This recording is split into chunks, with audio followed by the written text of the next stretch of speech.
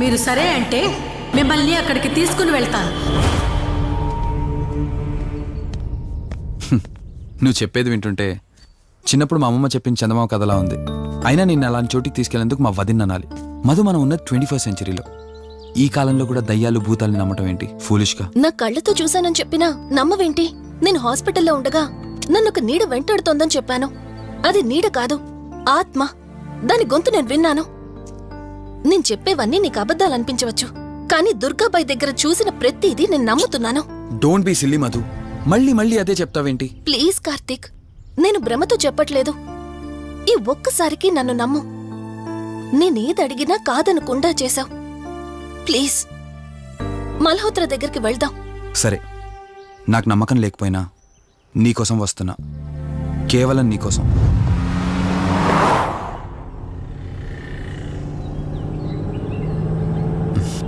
ఏంటి అలా చూస్తున్నావు? నేనెవరో ఏంటో తెలీదు, నా గతం ఏంటో తెలీదు. ఆ రోజు ప్రమాదంలో ఉంటే సేవ్ చేసి హాస్పిటల్లో అడ్మిట్ చేశావు. అంతటితో నీ బాధ్యత తీరిపోయిందనుకుని వెళ్ళిపోయి ఉండొచ్చు కదా. నువ్వు మామూలు కండిషన్లో ఉండుంటే నేను మీ ఇంట్లో వాళ్ళకి అప్పగించి ఒక కప్పు ఛాయ్ తాగి బాయ్ చెప్పి వెళ్ళిపోయేవాడిని. కానీ నేను ఆ కండిషన్లో చూశాక ఒంటరిగా వదలాలనిపించలేదు. నువ్విలా మాట్లాడుతుంటే చాలా బాగుంటుంది కార్తీక్, కానీ ఒకటి మాత్రం నిజం. నిన్నటి వరకు భయం వేసేది. ఈరోజు నువ్వు నా పక్కనుంటే చాలా ధైర్యంగా ఉంది. ఫస్ట్ టైం భయాన్ని పక్కన పెట్టి నీ గురించి ఆలోచిస్తే ఈ ధైర్యం జీవితాంతం కావాలనిపిస్తుంది. ఎందుకలా నవ్వుతున్నావు? కావాలనుకోవడానికి, కలిసి ఉండడానికి కావాల్సింది ధైర్యం కాదు, నమ్మకం. ఆ నమ్మకం కోసమే అడుగుతున్నాను. రేపు నాకు గతం గుర్తొస్తే ఇప్పుడున్నట్టే ఎప్పటికీ నాతో ఇలానే ఉంటావా? లైఫ్ ఒక ట్రైన్ లాంటిది. ఎక్కేవాళ్ళు ఎక్కుతూ ఉంటారు, దిగేవాళ్ళు దిగుతూ ఉంటారు. కాకపోతే మనకిష్టమైన వాళ్ళు పక్కనున్నంత వరకు, లాస్ట్ స్టేషన్ వచ్చేంత వరకు దిగాలనిపించదు. ఆ ఇష్టం మన పక్కనే ఉంటే? వదిన ఫోన్ చేస్తుంది. వదినా. కార్తీక్, దుర్గాబాయ్ నాకిప్పుడే ఫోన్ చేసింది. ఈరోజేవో గడియలు బాలేదంట. రేపు మార్నింగ్ రాహుకాలం తర్వాత రమ్మని చెప్పింది. ఇంతకీ మీరెక్కడున్నారు? వేటపాలెం దగ్గరలో వదినా. ఆల్రెడీ సగం దారి రీచ్ అయిపోయాం. సర్లే, ఓ పని చేయండి. నైట్లో జర్నీ ఏం చేస్తారులే గాని దగ్గరలో ఎక్కడైనా స్టే చేసి మార్నింగ్ వెళ్ళండి. ఓకే వదినా, అలాగే. ప్రోగ్రాంలో చిన్న చేంజ్. మల్హోత్రా రేపు రమ్మన్నారట. బట్ నువ్వు కంగారు పడాల్సిందేం లేదు. దగ్గరలో వాసు గెస్ట్ హౌస్ ఉంది. ఇవాళ రాత్రి అక్కడ స్టే చేయొచ్చు మనం.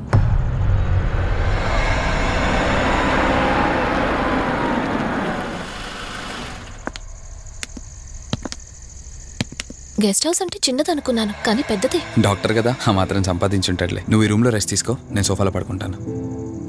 సరే, గుడ్ నైట్. Good night.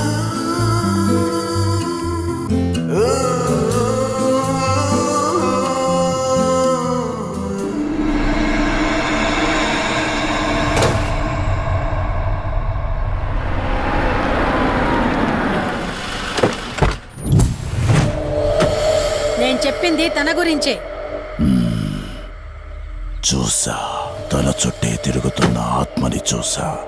ఒంటరిగా ఉండలేక, వదిలి వెళ్ళలేక నీడై వెంబడిస్తోంది. అంటే మూలా నక్షత్రం మొదటి గడియల్లో జన్మించిన వాళ్ళు కోరికలు తీరకుండా రాహుకేతువు గడియల్లో మరణిస్తే ఆత్మగా మారి భూమి మీదే తిరుగుతూ ఉంటారు. దీన్ని అంతం చేయడం అంత సులభం కాదు. మరిప్పుడేం చేద్దాం? ఇక్కడ నుండి సరిగ్గా 1 మైలు దూరాన పురాతన రావి చెట్టు ఒకటుంది. ఆ చెట్టు మొదలు దగ్గర దుర్గామాత విగ్రహం ఉంటుంది. ఈ రోజు రాత్రి సరిగ్గా 11 గంటలకు అక్కడికి రండి.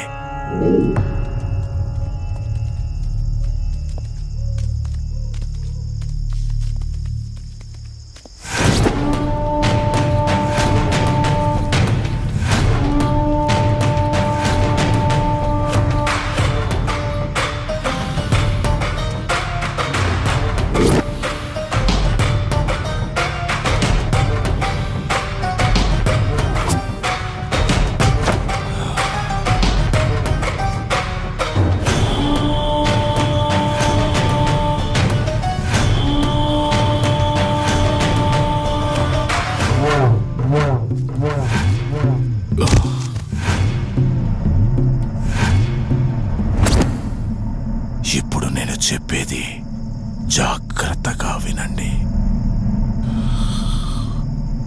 మనం ఆత్మని మోసం చేసి బంధిస్తున్నాం. ఆత్మను ఒక్కసారి మాత్రమే మోసం చేయగలం, రెండవసారి చెయ్యలేం.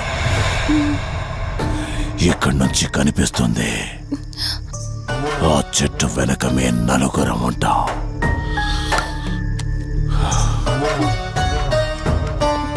నువ్వు ఈ పుస్తకం చదవడం మొదలుపెట్టినప్పటి నుంచి వాడు కళ్ళు తెరిచేంత వరకు నువ్వు చదువుతూనే ఉండాలి.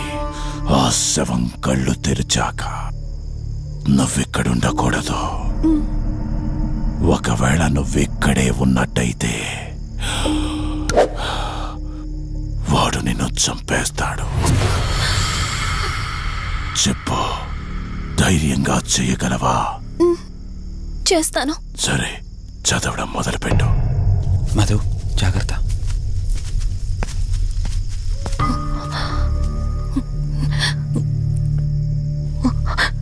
ఓం హ్రీం మే పాతు మూర్ధన జ్వాల దుక్షర మాతృక. ఓం శ్రీం మే పరాత్ పాతం త్యక్షరీ విశ్వమాతృక.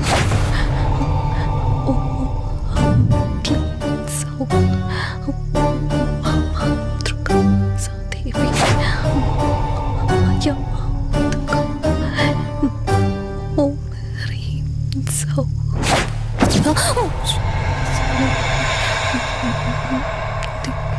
విశ్వసుందరి. ఓం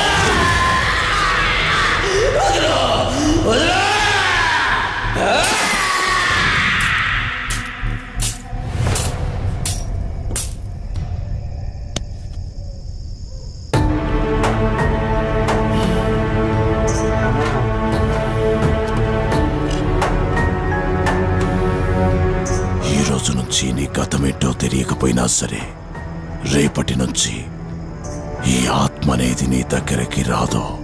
ఇది తీసుకెళ్ళి ఏదైనా పాడుపడ్డ చెరువులో వదిలేయండి.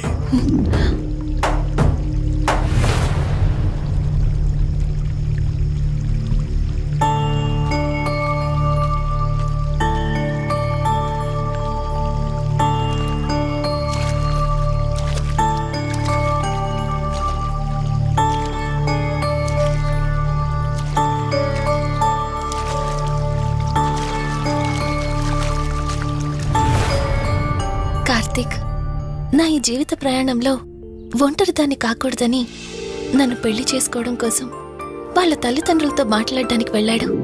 నా గత జీవితం గురించి నాకేమీ గుర్తులేదు, కానీ రాబోయే జీవితంలో అన్ని సంతోషాలే.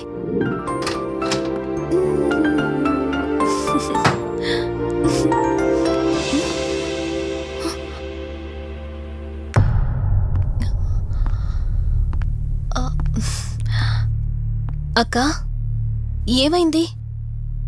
పోలీసులు వచ్చారు. సార్, కార్తీక్ వైజాగ్ వెళ్ళాడు. 2 డేస్లో రిటర్న్ వచ్చేస్తాడు. రాగానే మిమ్మల్ని కలవమని చెప్తాను. ఏంటక్కా, ఎవరేం మాట్లాడడం లేదు? నీ భర్త వచ్చాడమ్మా. నా భర్త? నా భర్త? అవునమ్మా, ప్రూఫ్స్ అన్ని చెక్ చేశాం. ఎంక్వైరీ చేసి కన్ఫర్మ్ చేసుకున్న తర్వాతే ఇక్కడ తీసుకొచ్చాం. అతనే నీ భర్త.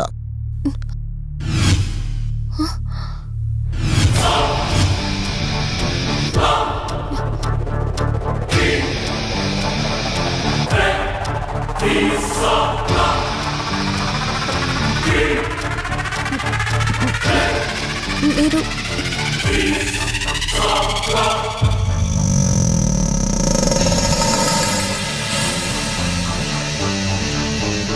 Hi, I'm Rishi.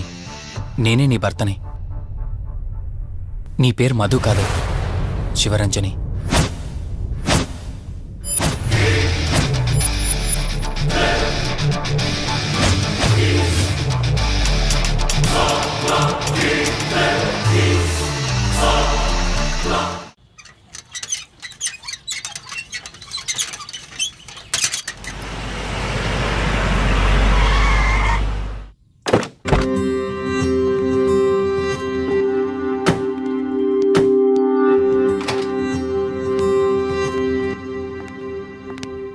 వెల్కమ్. ఇదే మన తాజ్మహల్. నీ టేస్ట్కి తగ్గట్టు నేను ఇష్టంగా కట్టించింది.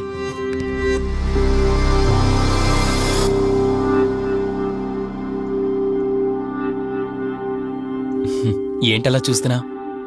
ఇదే అన్నిటికంటే నీకిష్టమైన ఫోటో. మన పెళ్ళయ్యాక తీసుకున్న ఫస్ట్ ఫోటో. ఇదెప్పుడు మన కళ్ళ ముందే ఉండాలని నువ్వే హాల్లో పెట్టించావు. కమ్ నా తరా. నేను మిమ్మల్ని ఒకటి అడగచ్చా? నేను ఆ రోజు చెరువులో ఎలా పడ్డానో, ఆ టైంకి నేను ఆ రోజు అక్కడ ఏం చేస్తున్నాను, అయినా ఆ పేపర్లో యాడ్ ఇచ్చి ఇన్ని రోజులైనా నన్ను తీసుకెళ్ళడానికి ఎందుకు రాలేదు? ఆ సంఘటన జరగటానికి కొన్ని గంటల ముందు నేను యుఎస్ వెళ్ళిపోయాను. తిరిగి వచ్చాక నాకు తెలిసిన ప్రతి చోట నేను వెతికాను. నువ్వెక్కడ కనిపించలేదు. చివరికి ఏం చేయాలో తెలియక పోలీస్ కంప్లైంట్ ఇవ్వడానికి వెళ్తే అప్పుడు తెలిసింది. అంటే ఈ 15 రోజుల్లో మీరింటికి ఒక్కసారి కూడా ఫోన్ చేయలేదా? లేదు. కారణం మన ఇద్దరి మధ్య జరిగిన గొడవ. గొడవ? ఎస్. 4 months బ్యాక్ మన లైఫ్లో ఒక ప్రాబ్లం వచ్చింది. మనకి యుఎస్లో బిజినెస్ ఉంది. దాన్ని నా పార్ట్నర్ కౌశిక్ నేను చూసుకునేవాళ్ళం. అందువల్ల మంత్లీ 15 days యుఎస్లో ఉండేవాడిని. కరెక్ట్గా మన పెళ్లి రోజే నువ్వు తల్లివి కాబోతున్నావు తెలిసింది. బట్ అదే టైంలో నేను అర్జెంటుగా యుఎస్కి వెళ్లాల్సి వచ్చింది. ఆ తర్వాత ఒకరోజు నువ్వు కాలు జారి మెట్ల మించి కింద పడిపోయావు. నీకు అబార్షన్ జరిగింది.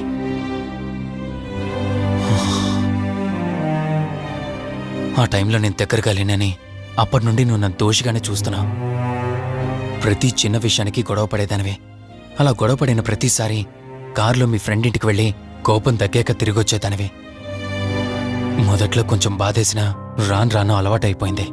అలాగే మళ్ళీ ఒకరోజు నేను బిజినెస్ పని మీద యుఎస్ వెళ్లాల్సి వచ్చింది. ఆ విషయం నీకు తెలియగానే నాతో మళ్ళీ గొడవ పెట్టుకున్నా. ఎంత చెప్పినా వినుకుంటా కారేసుకొని వెళ్ళిపోయా. ఎప్పట్లాగే 2-3 రోజుల్లో తిరిగి వస్తావు అనుకుని నేను యుఎస్ వెళ్ళిపోయాను. తప్పు నాదే. మొదటిసారి వెళ్ళాను, నాకు పుట్టబోయే బాబు దూరం అయిపోయాడు. రెండోసారి వెళ్ళాను, నువ్వు నాకు దూరం అయ్యా. ఒకవేళ నీకేమైనా అయ్యుంటే. అందుకే యుఎస్లోనే మన బిజినెస్లని కౌశిక్ అప్పగించి వచ్చేసాను. నీకోసం, కేవలం నీకోసం. వదినా, వదినా, వదినా, ఇదిగో ఇది నీకోసమే. ఏంటి వదినా అలా చూస్తున్నావు? ఇది నేను తీసుకొచ్చింది కాదు, అమ్మ పంపించింది. అమ్మ నాన్నతో అన్ని మాట్లాడేశాను వదినా. మధు ఫోటో చూశారు, వాళ్ళకి పిచ్చి పిచ్చిగా నచ్చేసింది. కానీ పేరే బాలేదంట. పేరుదే ఉందిలేరా, పెళ్లికి ముందైనా మార్చుకోవచ్చు అంటుంది అమ్మ. అవును, ఇంతకి మధు ఎక్కడా? పైనుందా? మధు, మధు. మధుకి తన అసలు పేరేంటో తెలిసిపోయింది. ఆ పేరుతో పాటు తను కూడా వెళ్ళిపోయింది. ఏంటి, మధుకు అసలు పేరు తెలిసిపోయిందా? తనే వెళ్ళిపోయిందా? లేదు, నువ్వు పేపర్లో వేయించిన ఫోటో చూసి తనే తన భర్తనని చెప్పి తీసుకువెళ్ళాడు.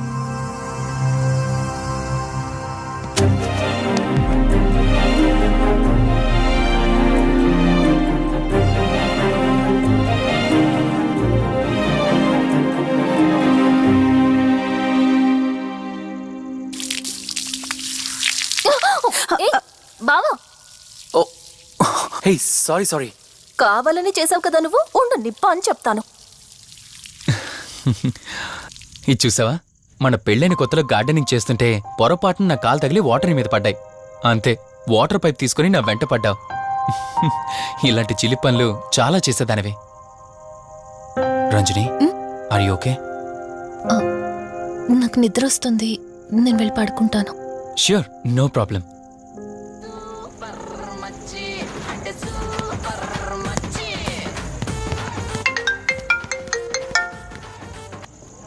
త్రీ డేస్ నుంచి ఏమైపోయాడు వీడు? హలో, కార్తీక్ ఫోన్ చేస్తుంటే స్విచ్ ఆఫ్ అని వస్తుంది, నీకు ఫోన్ చేస్తుంటే నాట్ రీచబుల్ అని వస్తుంది. ఎక్కడున్నావురా? అయ్య బాబాయ్, నువ్వు నన్ను కేర్ టేకర్ గా చూసుకోమని పంపించిన అమ్మాయి నాకు చుక్కలు చూపించింది. తంతే బూరెల బుట్టలో పడ్డట్టు నేనొచ్చి డాబాలో పడ్డా. నీకు నీ హాస్పిటల్లో దండంరా బాబు. ఇంకెప్పుడు నాకు ఫోన్ చేయకు. రేపు నీ సిమ్ కార్డు కూడా మార్చేస్తున్నాను. నువ్వు ఫోన్ పడాయి.